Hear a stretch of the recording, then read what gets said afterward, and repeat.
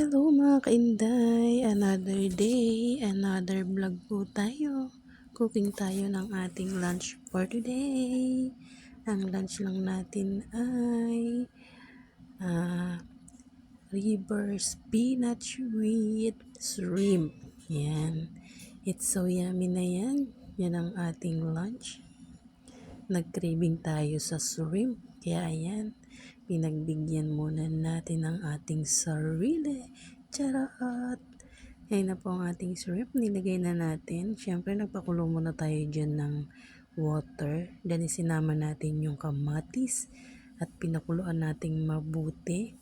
After nun, ilagay ko na rin dyan yung river spinach. Palalambutin ko yun mga kainday. And then, ilagay ko na yung ating shrimp.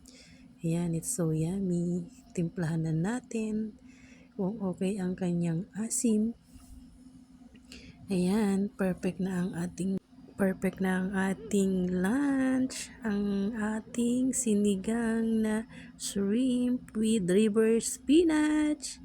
Ayan, it's so yummy. Thank you for watching. Maraming salamat sa suporta.